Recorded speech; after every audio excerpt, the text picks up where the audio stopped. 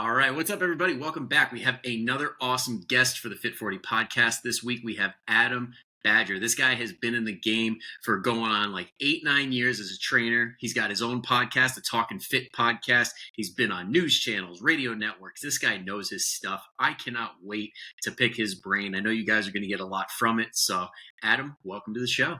Thanks a lot, man. That was quite an intro. I tried. Thank you. Yeah.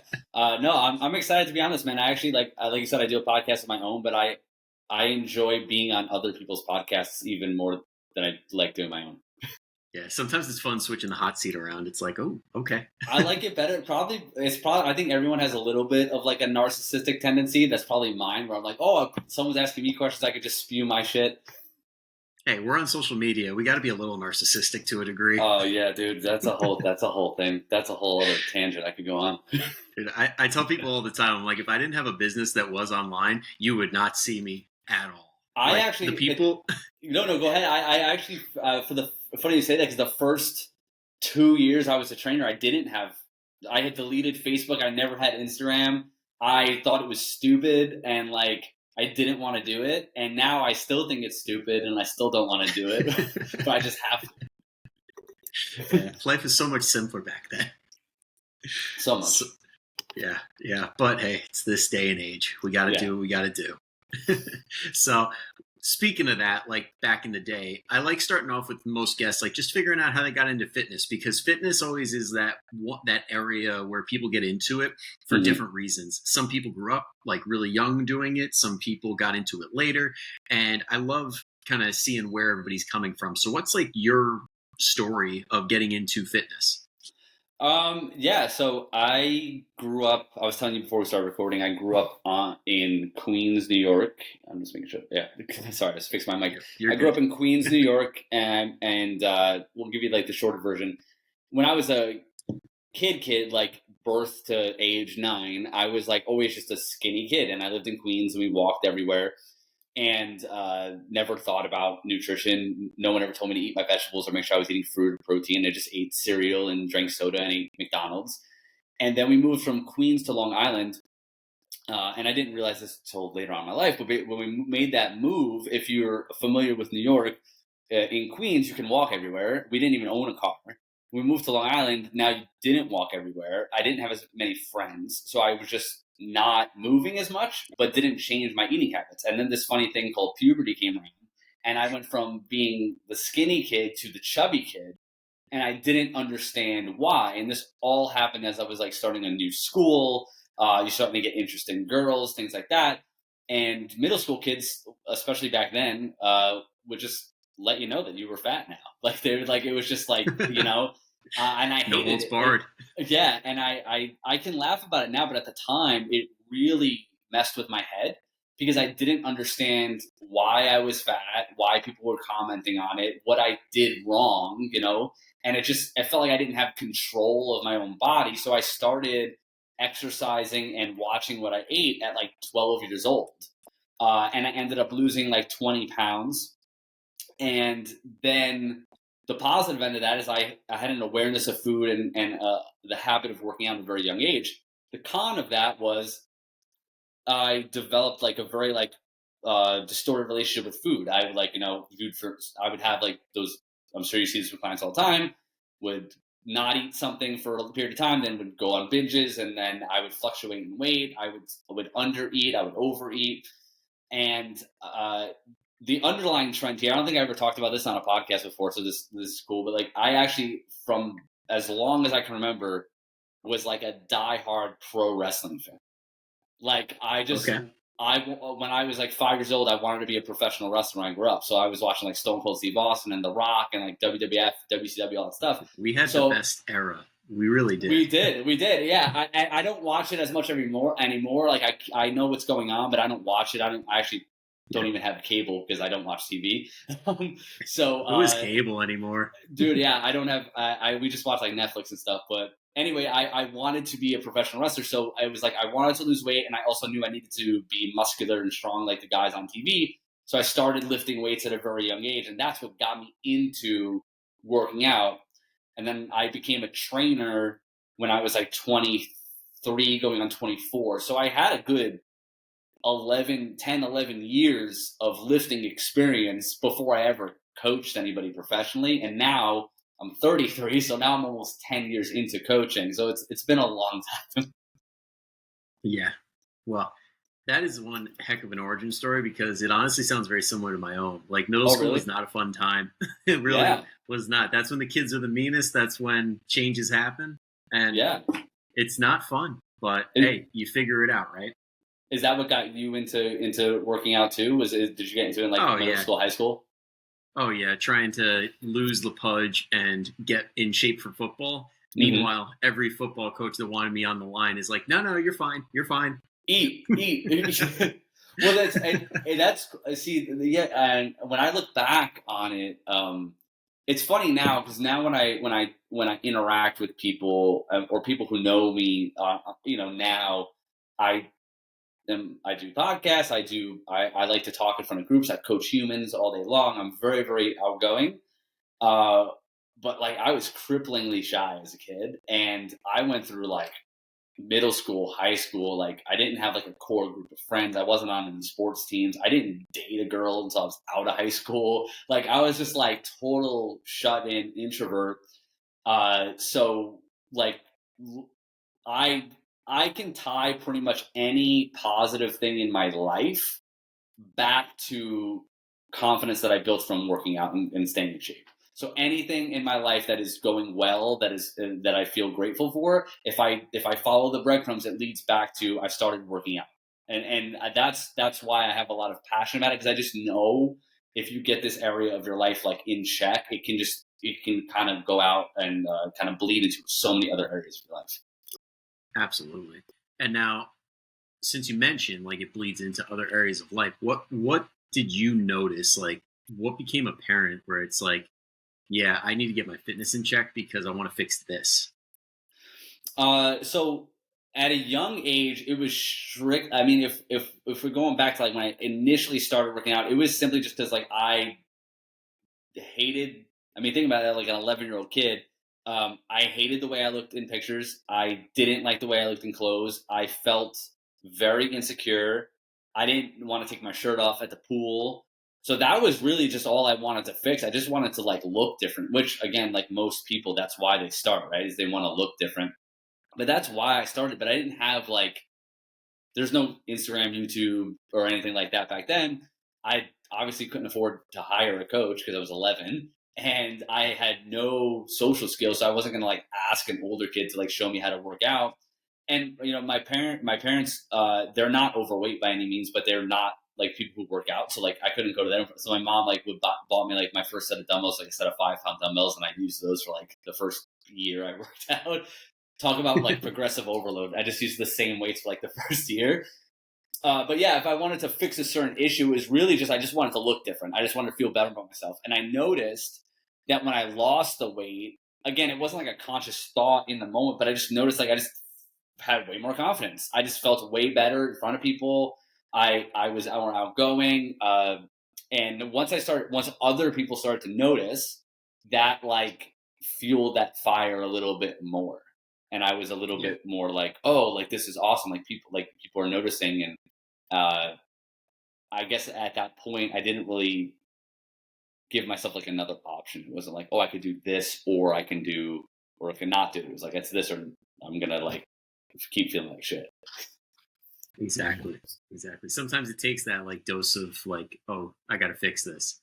But I like how you mentioned like how you grew up, the way that like your mentality was, because definitely resonate with the not taking the shirt off at the pool. And I think it's an interesting perspective, especially being that a lot of the people that listen are moms, and sometimes we can't really wrap our heads around like how the kids are feeling.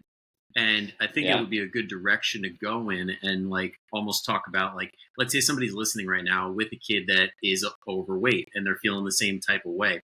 If you were to go back to your own self in that moment, what are some core things that you would work on? Because like I talk to so many people that are like genuinely mentally like damaged, to put it lightly, from their parents putting them on a diet at like 10 years old. So like, we don't want to do that. Yeah. But what would you do if you were to coach your own self? Oh, there's a lot of stuff that I could go into on that because I coach a lot of parents too, and I don't know, I don't think we mentioned this, but I'm also a parent. I'm married. I have a 2.5-year-old son. I'm definitely coming at this from both angles as someone who is a coach, but also like a parent too. Uh, the one thing I would say, first of all, is to the parent,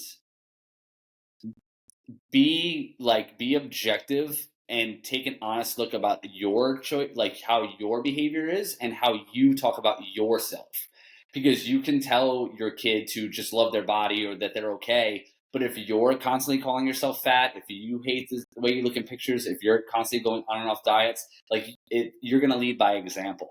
So that's the first thing, is like I would make sure that you have your own habits in check first, because then your advice is just going to fall on deaf ears, and that may hit hard for some people or be like, be kind of blunt. But I love my mom, but like she was definitely someone who's very like self-conscious about the way she looks, so she would always like say, oh, I look fat, or I hate that picture of myself. So that put the thought in my mind that that was something that people even paid attention to, right? So like when I was the fat kid, it hit me even harder because I just had that thought in my mind. So first thing I would do is like make sure, like, are you very self-deprecating? Are you calling yourself fat? Are you constantly on diets? Or like, are you building self-confidence in yourself first? And then as far as like when I'm coaching parents about how to communicate this stuff to their kids, I always kind of go for like, it has to be something that's fun, that they're not doing to lose weight. So if you start changing the foods you buy, the foods that you keep in the house, again, we probably talk about this a lot, is changing the environment that the kid is living in. You have to make the healthy choices easier to make. So if they have Doritos and apples, they're gonna choose Doritos. But if you stop buying the Doritos and they're hungry, they have to eat the apple. If you start going on hikes with them and they have to complete the hike, they're on the hike with you, right? Start doing more active stuff with them. Take them to the gym, expose them to that environment, but don't do it from a lens of, hey, do this so you'll lose weight. Like, this is what mom, this is what dad like to do. Do you want to come try it, right? And make it fun. And I think it has to be fun. It has to be something that's not associated with body image. And they have to see value in it other than, this is what I'm doing to try and lose weight. Because I agree with you. I have tons of clients who are in their 40s and 50s who are still recovering from the example their parents set for them, or the way their parents like exposed them to fitness and nutrition when they were kids. Absolutely. And if anybody's wondering, like, how can I get my kid like to actually want to, like, just watching you will take care of that. But I know, Yeah. like, before I went off on my own, I was at a facility that trained like middle school and high school kids. Mm-hmm. And when I tell you the look on the middle schoolers' faces when they come back from dominating a game, Yeah. because they started lifting weights in middle school and they're running around with a bunch of kids that have never touched a weight, and they're just like the beast on the field. I have never seen kids so confident in my entire life. I'm like, all right, we got to dial it down a notch here. You're not that good. Well, no, but that's what I was saying too before, is that like everything in my life that I'm grateful for, I can trace back to the fact that I started prioritizing being in shape and prioritizing my health at a young age. And that goes, if you're 40 and you're just starting, you'll still see those results. But like, think about it from that perspective. Like, if you understood the benefits of the stuff that we're talking about, eating enough protein, eating balanced nutrients, working out, why would you not want your kid to do that? Like, that's my question, is what's your argument against it? Because if you're saying, Yeah. well, I don't want them to be obsessive, well, then don't make it an obsessive thing. If you're saying I don't want them to have body dysmorphia, well, then don't talk about changing their body. Like, I've never heard of someone having strength dysmorphia. Like, talk to them about how they're getting stronger, how this is going to help them play better in their sport, or whatever they like to do for a hobby. Like, this is what we do to help us be strong. So, not speaking off on a pedestal or anything like that, but like I said, I've been working out my whole life. So my son has seen me and my wife work out all the time. It's like I have a gym in my garage. Like, he knows what a squat is. He knows what a press is. He knows what a push-up is, and he's 2 years old, right? Because he just is exposed to it all the time. He's never once been told, you can't eat that, it's bad for you, or this is wrong. Like, he eats what we eat. He likes to work out. He likes to play sports, and it's because we're just exposing him to it. It's his environment. Whereas if I was to put like a tablet in front of his face, and I was to like, be not working out and bringing home McDonald's every day, like of course he's not gonna like start working out. Like that's why Yeah. would he just start doing that? I know.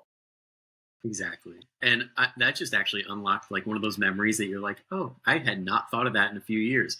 But like my aunt used to do that with me and my cousin. Like we were like maybe 4 or 5 years old, which is why I'm like, holy crap, how do I remember this? Yeah. But like she would go to like step aerobics or like whatever. I don't even remember what group fitness class it was, but Yeah. they had like a daycare section. Like Yeah. even doing something like that and getting like getting your kids in the environment of we're here to like work out, we're here to sweat, we're here to better ourselves, like that bleeds over. Yeah, man, I totally agree with that. And like I didn't grow up in that environment. Like I wasn't around people who exercised or worked out. And so it would have just been 10 times easier to start if I was in that environment, right? So I think if you're a parent right now and you understand, like if you can, like most, like as a parent, I'm sure if you're listening to this and you have kids, you relate to this. You're just constantly putting your shit aside for the betterment of your kids, and people will very easily put their health aside and use their kids as like an excuse to do that. Like, oh, I don't have time, I don't, blah blah blah.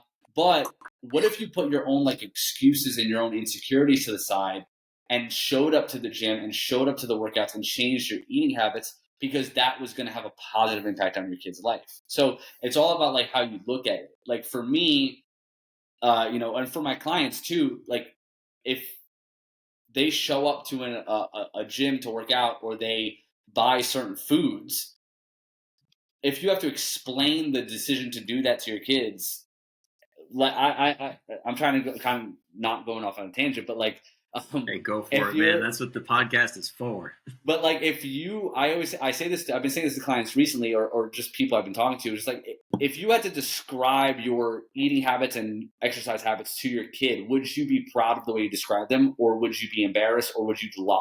Right. So, for example, like if my son was to ask me, like, not that this would ever happen, but if I had to explain to him, this is how Daddy eats, and this is what Daddy does for workouts, and this is why, I would have a genuine, true reason that I want to be stronger. I want to feel my best. It makes me feel good. This is going to help me live longer. And yeah, also like it helps me feel more confident when I go to the pool or something like that, right? But if you're describing your eating habits and you're doing this in your mind, you're just like kind of mindset exercise, and you're like, oh, well, I go on diets when I feel like shit about myself. And then as soon as it gets inconvenient, I stop, or I don't have time to exercise, but I'll get to it eventually. It's just kind of be objective like that. If you had to describe your habits to your kids, would you want them to behave the way you're currently behaving? And if the answer is no, then you got to make a change. Yeah. And it kind of gets back to the idea of like there's a saying, rising tides raise all ships. That applies to families too. Like if mom and dad are being fit, it's going to bleed over into the kids and it's going to help them create lifelong habits. Like you can change your generational health by focusing on implementing these good habits and learning them for yourself. Oh yeah, man. And that's a huge part of the puzzle, is the generational habits, right? Is like people grow up with poor eating habits, raised by parents who had poor eating habits, raised by parents who have poor eating habits. And No. It's genetics. It's all genetics. yeah, It it's has just nothing to do with their choices. No. yeah, Don't you know Twinkies are genetic? it's genetics and hormones, right? It's just it's and I'm not saying this to be like mean to people or blunt. I'm just saying that, like, think about that. Like if you had, like, if you truly believed you had the power to change those generational cycles, like why would you not do it? If you understood that doing these things is not about having a six pack or being lean, like if you understood like this was adding years to your life, it's going to build confidence, it's going to make you have, uh, better brain health, heart health, less chance of getting chronic disease, better mental health, right? You list all these positive side effects that are going to happen. Give me the valid argument why you are not setting that example for your kids, or why you wouldn't expose your kids to that. It doesn't, Yeah. like, what's the argument against that? I couldn't think of one. But yet when you're talking to people, they will debate you to the death as to why they can't do those things, and have zero argument as to why they should. And it just doesn't make sense. And honestly, I think it comes from what you like just described, is like there's this like standard of like, this is what healthy looks like. And it's like, Yeah. healthy comes in many different shapes. Like, if anybody listening right now, pause real quick and Google the winner of the CrossFit Games for women. She's no stick figure, and she's no like standard looking like picture of health that people think in their head, but she's the fittest woman on earth. Yeah. Like, that should prove it right there. Plus, look at professional athletes. Some of them are in the best condition in the entire world. They can run marathons. They can do all these other things. They could lift hundreds of pounds, and all of them look different.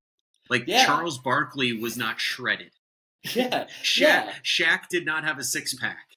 I mean, honestly, man, like even if you wanted to bring it more, even more down to like, the everyday person, it's, you can even look at, like, if you saw me walking on the street, like, you'd be like, yeah, that guy probably works out, but I'm not like turning heads, right? Like, I'm not The Rock, I'm not 250 pounds and shredded by any means. So, and I've been doing this for 20 years, so you don't need to be like super strong or super fast or super in shape. Like, you just need to be doing something for your health. I compare it to like brushing your teeth or taking a shower or going to your dentist appointment, right? It's just like, stuff that you just do because it keeps you healthy, but it's packaged. And this is the fault, I think, of like a lot of the marketing in the fitness industry is it's packaged in this, fitnessy sort of corny, or also on the other end, beast mode sort of, marketing. And people are just like, I don't have time for that. And it's easy to skip. Or it's easy to say, yeah, but that guy's a professional athlete. That woman's the fittest woman in the world. Like, that's their job. I can't do that. So like, if I was to show you my average client, they all have full-time jobs. They all mostly have kids. They all are busy, but somehow they manage to work out 3 to 5 times a week and, control their eating habits. So I can give you a list of hundreds of people who are everyday people just like us, just like our clients, who are doing this on a regular basis, right? And you don't have to be a professional athlete to do it. Yeah, and it comes down to, like you mentioned, like the whole, I love the brushing the teeth analogy, because everybody, like, we'll go back to the kids. Who here has ever had a child say, all right, mom, got to go brush my teeth, like from the start of when they have to start doing it themselves? Nobody. Kids fight you tooth and nail. Do I have to? Like, come on. Like, and it eventually you make them do it, and then it becomes second nature. And now as adults, they're doing it no problem. And you can do the exact same thing with your health. It's going to feel like that. I say it's the inner toddler. Everybody's got that inner toddler in them that's like, I don't wanna. But when you overcome that over and over again, it becomes like brushing your teeth. And if you circle back to what we were saying before about setting that example for your kids, right? The reason why they brush their teeth every day, even though they fight you tooth and nail in the beginning, is because they just see you doing it every single day. And then and it's instilled in them at a young age. So then eventually they don't think twice about it. Just do the same thing with the other stuff, right? With, having a protein at each meal, making sure, getting some physical exercise each day. If they see you doing that, I guarantee you, like, whether you're not a parent yet and you're planning on having kids, or you have kids and maybe you haven't been setting a great example for them yet, if you just start doing it, but you're not complaining about it, you're not saying you're doing it to lose weight, you're not calling it that, you just start doing it, they will eventually ask you questions. You just have to play the long game. So if you go into it and your kids see you go on a crash diet every January or every September, or you're always joining a new gym and then going hard for 6 weeks and then stopping, they're gonna follow suit. But if it's just something you do kind of nonchalantly, like, they're gonna eventually follow suit and do something close to that. Like, they're gonna be in the vicinity of that. When you're obsessive about it, yes, there's a chance they're gonna rebel against it. But if you just do it and it's not a big deal, like when I was single and didn't have a son, working out was like that's like church for you, right? It's like you get your pre-workout, you have your pre-workout meal 90 minutes before, like you blast music. I would get amped up. Like I used to do like compete like powerlifting and stuff, so like I would get like into like that dark place so I could lift 600 pounds just like, and I would get like chills doing it.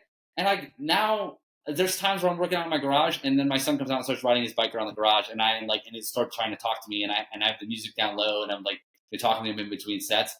It's a total different environment. But because it's nonchalant, it's not this big deal. It's not intimidating to him. He doesn't feel weird about coming in the garage with me and working out because it's not like this intimidating environment. Now, if I bring him to a gym, like my wife goes to a CrossFit gym, she'll bring him sometimes, and he loves it. He just runs around. He plays with the PVC pipes. He has a little barbell that he uses that for himself. It's just that he's exposed to it. And that's going to eliminate that gym anxiety for him as an adult because he's like, well, I've already been here as a kid. Like, I know the deal. Like, these people aren't crazy. Yeah, exactly. And I think if you are, it's going to be normal. I would assume it's probably semi-normal to have some gym intimidation at some point. Like, I mean, I don't have gym intimidation at this point in my life, but like if I go to a new gym, I'm aware of it. Like, for lack of, like, I'm just like, yeah. I'm just like, oh man, like I'm not the most jack guy in here. Like, should I be? I'll lift a little bit more weight to like, I'll wonder if people think what I'm doing is stupid, right? But like it's all in my head, and you just get past it and you keep going. But I think that if you come from an environment where everyone around you is cracking jokes about their beer belly, or like, they're not paying attention to their health, that they're drinking a lot and they're not exercising. Yeah, when you go and you're around people who are doing it, it's going to be fucking intimidating because it's going to just be out of the norm for you. But like, I mean, again, you don't have to be super obsessed with it, but if you're just setting that kind of casual example for your kids, I think there's a lot of value in that. It's just most people are I don't even want to say unwilling. They're maybe just not informed to know that it doesn't have to be all or nothing, right? Well, I'm sure you hear that phrase all the time. Oh yeah, like that's like the number one thing of everything is the all or nothing or the perfectionist bullshit that is peddled left and right by these hardos online that are just trying to like prove their self-worth with fitness. Yeah. Like, I can go on a tangent about that shit because what they're doing is so harmful to the people that follow them. Yeah. And it's really just lifting themselves up and pushing everybody else down. There's so few accounts online that are actually lifting others up with them. And it is something to pay attention to, like anybody listening right now. Is somebody you're looking at making you feel better or worse about yourself? If it's worse, unfollow them, and you will be infinitely happier.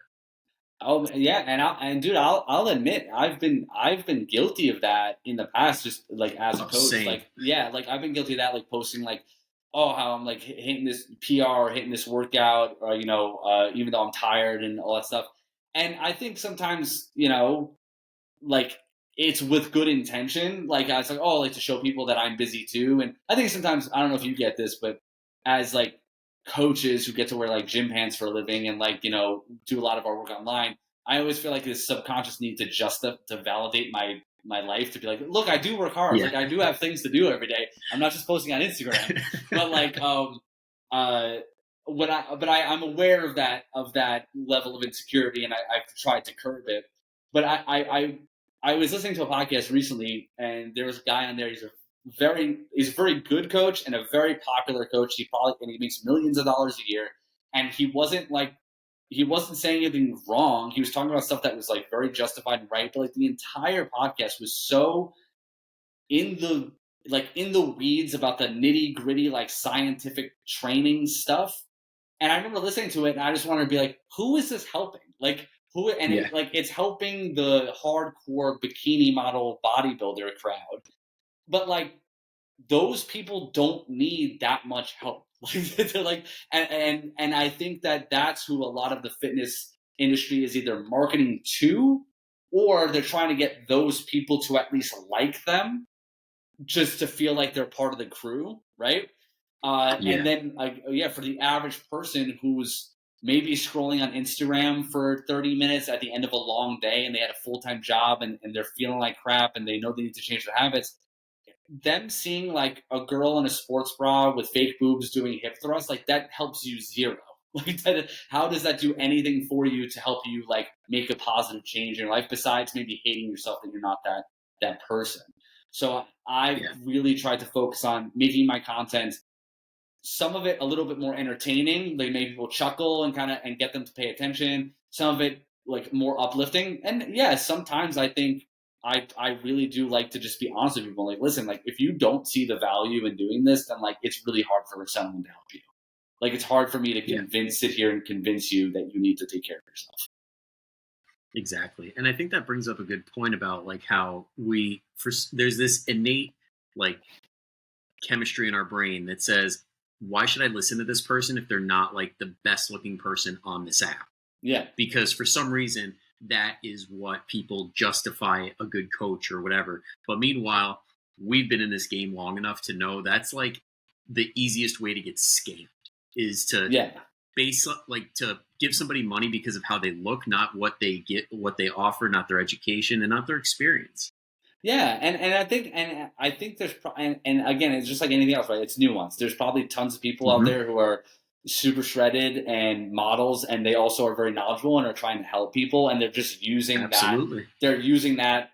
They know the game. They know if they post a picture of their six pack that it's going to get views, and it brings people into their circle, right? Yeah, like Don Saladino, like one of the best trainers in the world, absolutely shredded and super duper nice because I've met him, and I'm like, this piece of shit. Like he's not. There's nothing I can pick at, but there are people out there like that. Yeah, and you know, I think that what happens if you're gonna go like, you know, if you're looking at the psychology behind that, what I've seen sometimes is that people want to be like, it's like high school. It's like they want to be part of the popular kids, right? So the more popular someone gets on social media, the more likely that like someone is going to share their stuff because they're like, look, I'm in that person's circle. So like, and again, these are people who are, you know, give really good tips. I'm not hating on it whatsoever, but like let's take someone like Jordan Syatt. He's a great coach and super nice dude. I would encourage everyone to follow him. But gonna make me break out the notepad here for putting this in the show notes. So like I would absolutely encourage everyone to follow Jordan Syatt, but people will share Jordan Syatt stuff. I think 50% because they see value in it, and 50% to be like, look, I shared Jordan Syatt stuff. Like I'm cool. Like I'm in that inner circle of people. Yeah. Whereas like I have, and I don't say this in like a bitter way, but like I know people personally who are like, you know, acquaintances or friends who will share fitness stuff all the time. And they're like the tweet posts of popular fitness influencers, but have never shared a thing of mine. And it's like, oh, because that's not going to be cool, right? It's not because the information, it could be the same almost word for word thing because we all talk about the same shit. So my long-winded point here is that what happens with a lot of times, there's the good coaches who get shared a lot, but then there's a ton of people who just get shared because they're, you know, I've seen people like they're doing a backflip into a deadlift, into a front flip, into a push-up, right? Or they're sharing something with like, look at this good-looking guy or good-looking girl, and there's no substance, and then it just creates more noise, and then no one actually ever like does anything. Like no one actually then gets on a workout program or changes their diet. Yeah, and back to the point where you were talking about like people getting to the nitty gritty, and it really doesn't help anybody. It's like a lot of what we see on social media is breadcrumbs. Like it's really like little stuff that doesn't really make a big impact. But when it comes to the cake, that's the basic stuff that we preach all the time. And it really comes down to making it sexy enough to be digestible. Yeah. And that's like where, unfortunately, like I've witnessed like coaches that I admire the hell out of, and they struggle on social media because they can't get it to stick.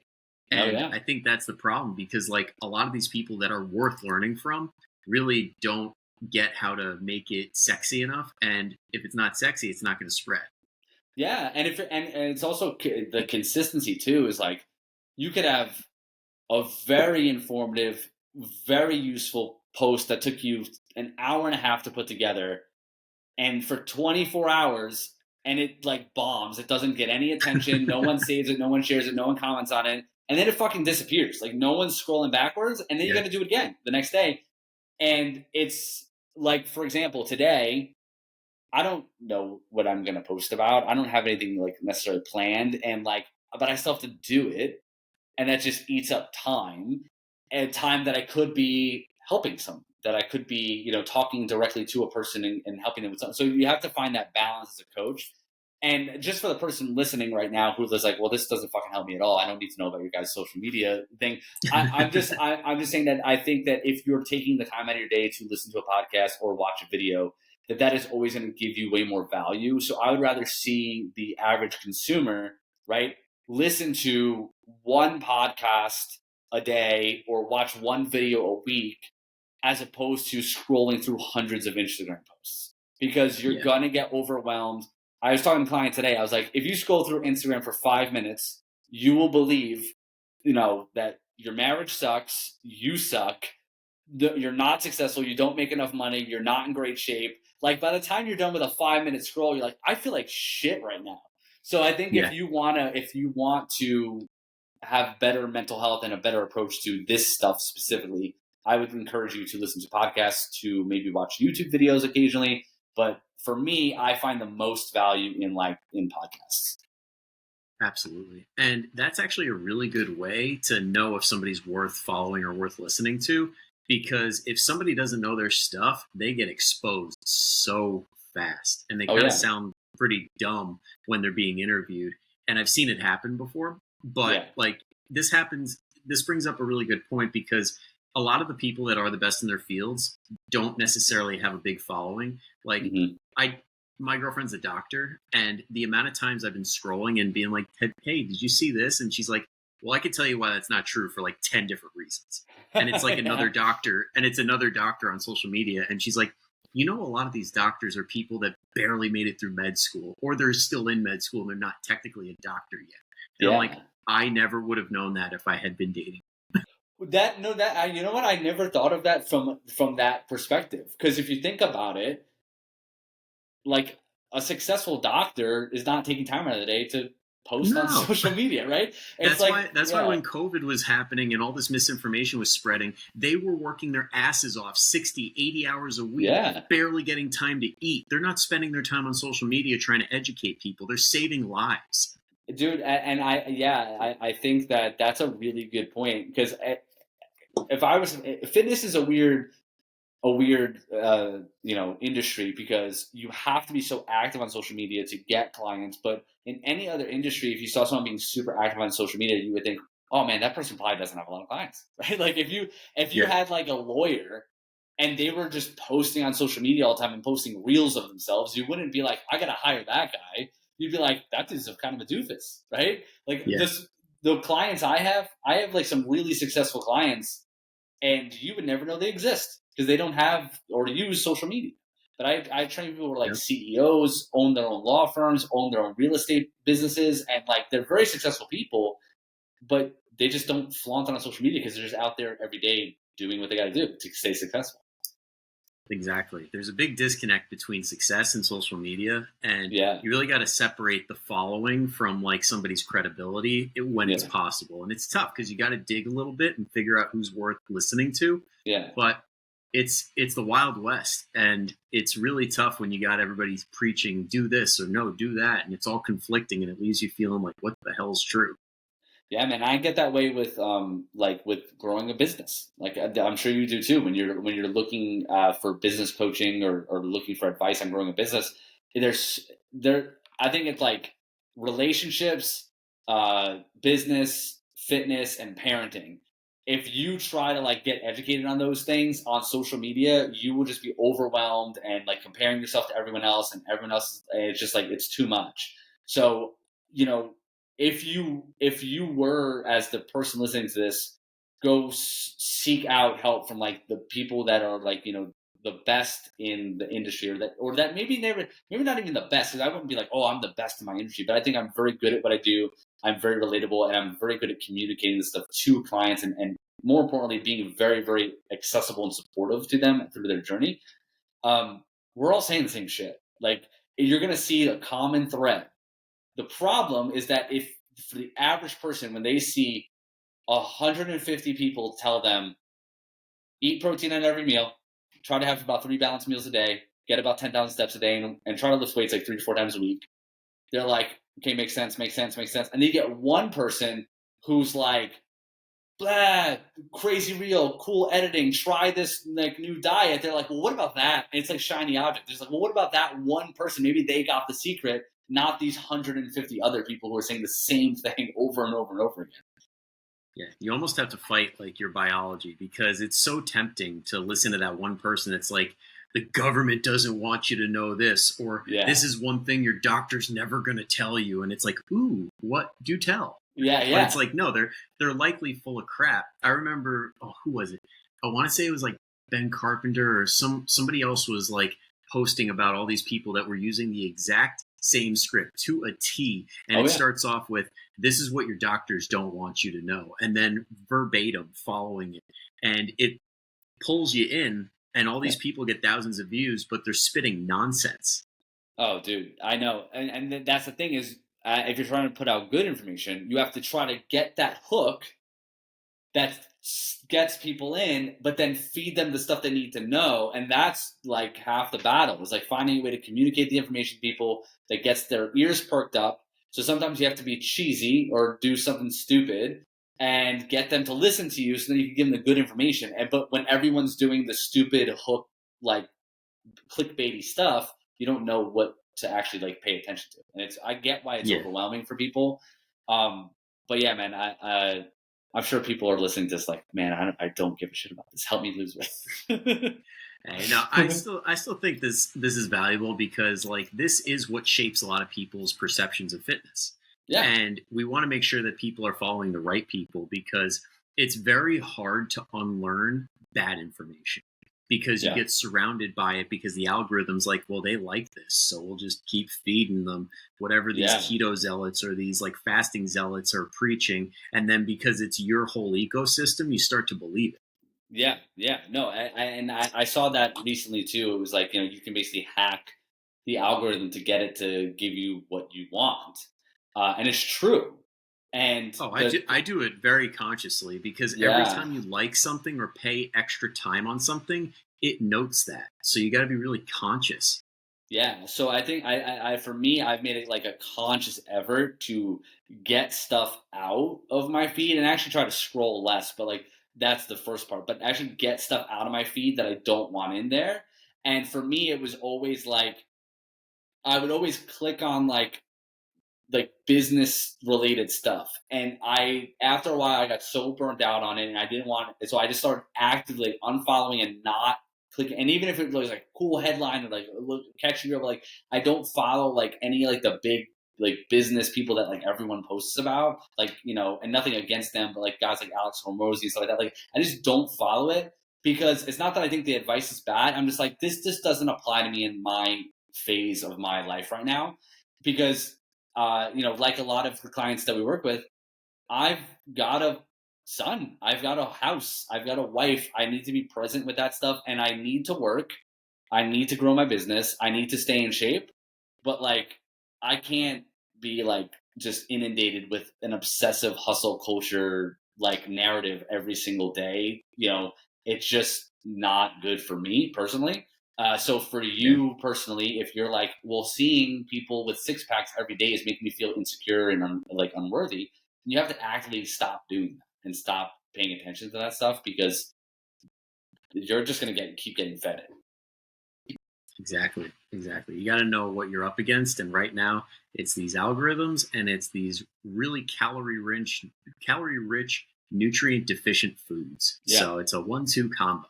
So let's transition a little bit into that, which is like the food environments that we're facing. Like, I know that's one of the hardest things when I train the moms, is like, we're surrounded by this stuff. Like, what are some techniques that you've used pretty well with your clients that seem to help them along with that? So the first big one is like, control your home. So you can choose to buy the stuff or not. I think not keeping foods in the house that are gonna necessarily trigger you to go binge eat on them is one of the easiest, biggest levers that you can pull when it comes to like fixing your nutrition. So like for example, like if you're someone who is always snacking at night on chips, right? And like every night you just open up a bag of chips, sit in front of the TV, you're just mindlessly eating them. I had this conversation with a client recently. I said, all right, I was like, I always give suggestions to clients. I don't say this is what you have to do.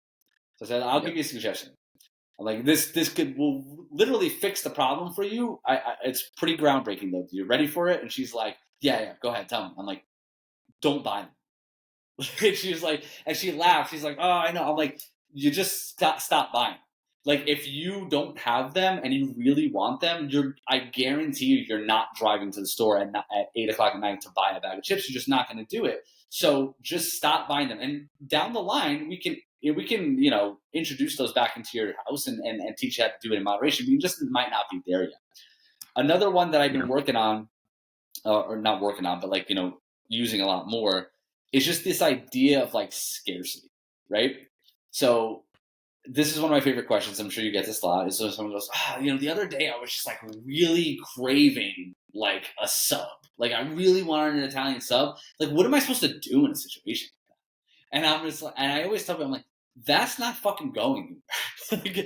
like that Jersey Mike's is not going out of business anytime soon. You can get it another time, but if you just give into those cravings, that's just your brain playing tricks on you. Like, you crave something and then you start acting out of like scarcity. You think that like this food that you're really craving, like, what am I supposed to do in this situation? Like, the answer is just don't fucking get it that time. Get it later on in the week, or eat something else instead. Have a balanced meal like you planned on, and then see how you feel. But for me, like, there's not a day that I wouldn't prefer to go to Jersey Mike's and get a big ass sub for lunch. Like, I would always want to do that. 10 out of 10 times, I want to do that instead of eating whatever I'm eating for lunch. It's so the cravings don't necessarily just go away. You just have to make better decisions, and when you do them over and over again, they just become your normal. So I think not keeping the food in the house and understanding that whatever food you might be craving is not scarce, and on the rare occasions that it is something that is maybe like a very rare opportunity for you, like you're visiting your grandmother and she's making your favorite cookies, you see her like once every 6 months. Those are the times where you just eat it. You don't worry about it.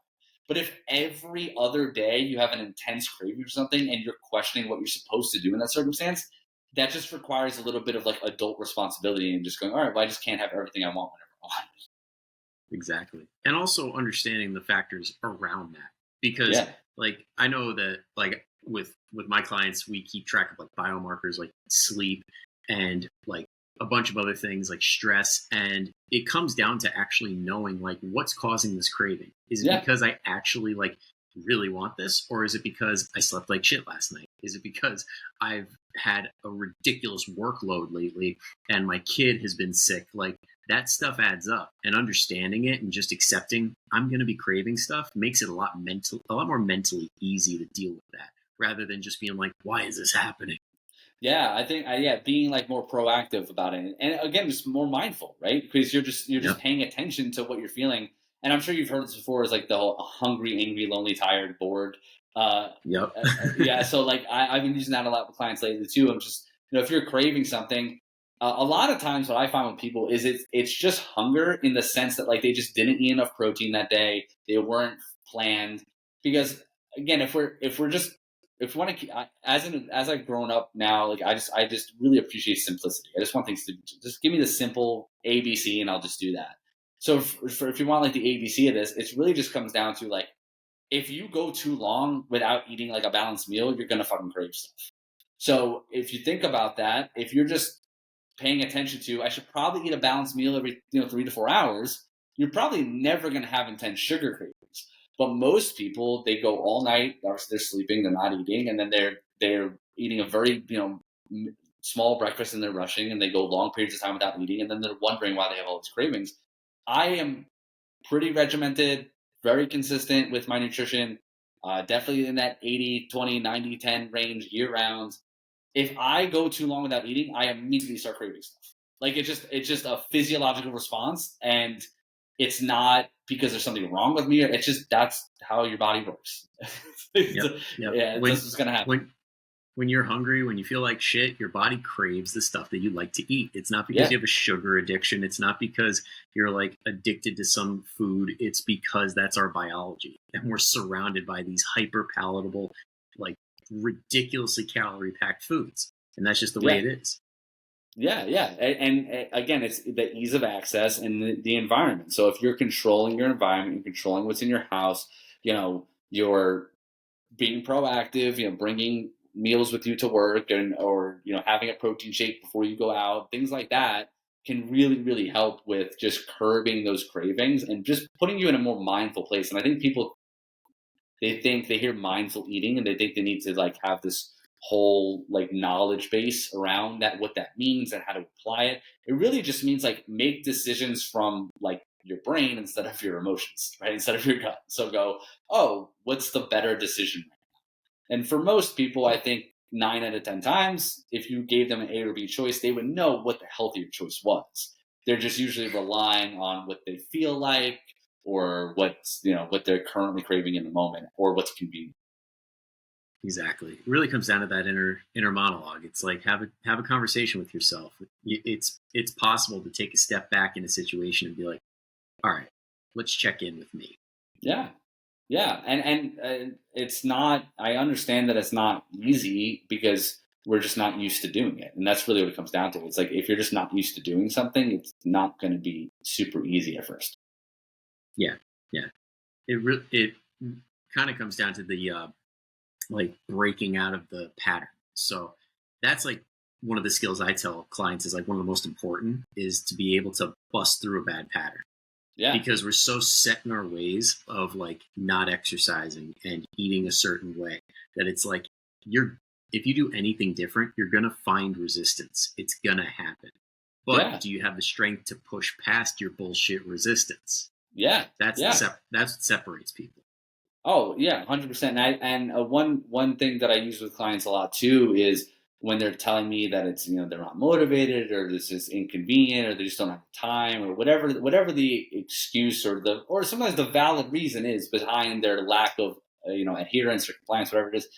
I always ask them like how long have you been at your job? And then they'll inevitably tell me like 10 years, 5 years, 20 years, whatever. And I ask them like well, why is your job stressful? Like, oh my god, it's so fucking stressful. Oh yeah. Do you work long hours? Yeah, I work long hours. And they give me all the stuff, the negative stuff about their job. And I ask them, well, why do you keep showing up? Why? Oh, well, I get a paycheck. So I always tell them like that's the system. Again, if you want the ABCs, like when you have a job, a career that you work for someone else, right? You have accountability because you have either a boss or coworkers or employees or customers that are going to know if you're not there. You have a consequence because you could get fired, or if you own your own business, you could lose customers by not doing your job. And you have a perceived value because by showing up doing what you're going to do, you're going to then make money, and then you're going to be able to provide for your family, whatever. And I think another one I would add to that would be you have belief. Like you can perform the tasks at your job, so you continue to show up. That is literally all you need to accomplish any goal you want. And if you have the first three, you don't even necessarily need the belief in the beginning. So if you have consequences, accountability, and you see the value in doing it, you don't even need to believe you can do it. You just got to keep, showing up, and because you're aware of the consequences, you see the value, and you have the accountability, and it'll get you to the point where you just have done it long enough that you now have a belief that you can accomplish it, and then you just keep going. But I've worked with people who tell me about their jobs, and I'm like, I can never fucking do your job. Like your job is sounds so stressful. You have so many pieces moving. You have a lot of responsibility. You work long ass hours. I couldn't do that, right? So don't tell me that like you can't do some exercise throughout the week, right? Like you are doing hard shit every single day, so you're capable of doing this.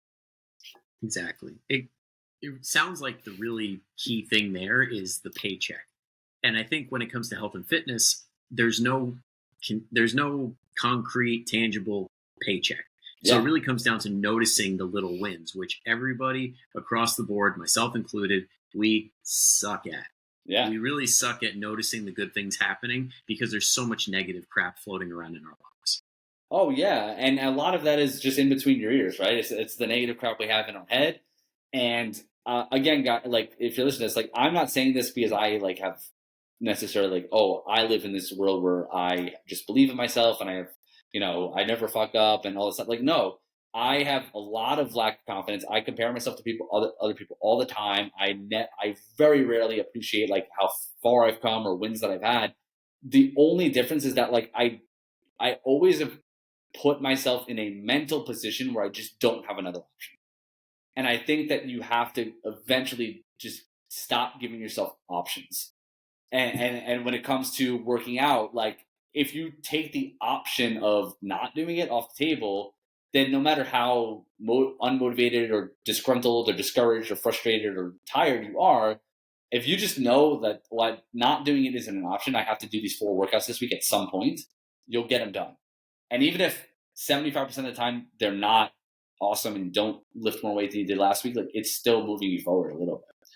And the same thing with starting my own business, man. Like I don't just I wake up every day believing I can do this. I'm 5 years into owning my own business, and I'm just like, I don't know if I can do this, right? Right? And doing it every day for 5 years. But I've just put myself in a position now where it's like, I've gone too far into the woods to turn back.